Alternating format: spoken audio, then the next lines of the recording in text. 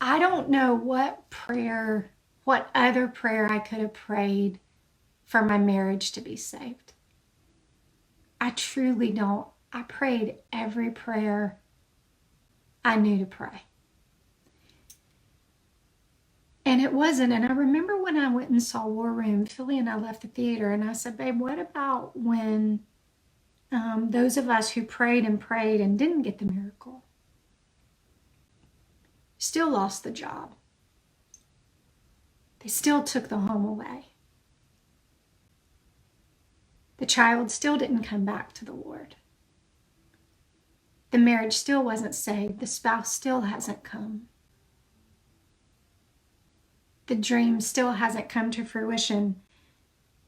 What it does is it busts up into all of our thoughts of entitlement that the enemy tries to get us to play out over and over and over in our mind. And I want you to look at Isaiah 55. We all probably know these chapters too, but I want us to look at them in a way that will, I think, maybe illuminate something to us that we haven't thought about before.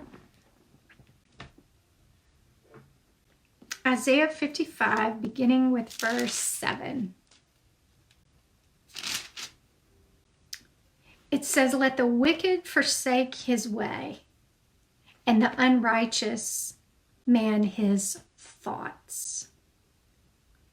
Let him return to the Lord, that he may have compassion on him, and to our God, for he will abundantly pardon. For my thoughts are not your thoughts, and my ways are not your ways. For as the heavens are higher than the earth, so are my ways higher than your ways, and my thoughts are higher than your thoughts.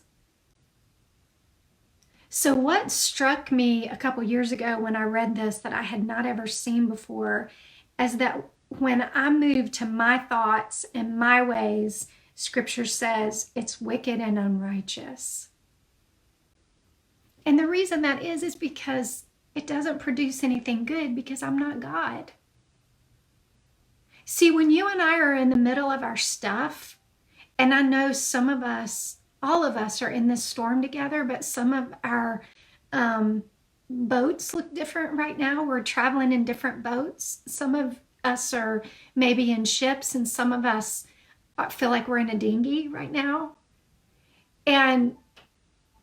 But when we're in the middle of our mess, all we have is like this 2-foot view. And so all we see is the mess, but the beauty and the power of the God that we serve is that he looks from the 20,000-foot view. And he is orchestrating our life, not on the basis of where we are right now, but he is orchestrating our life based on where he knows he's taking us, where he knows he wants us to go.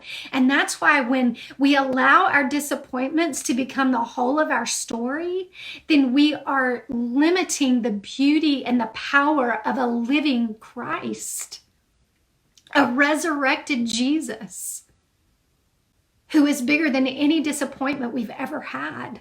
And so that means we have to trust him. Even when this is all we're looking at, we have to trust that he sees the whole picture.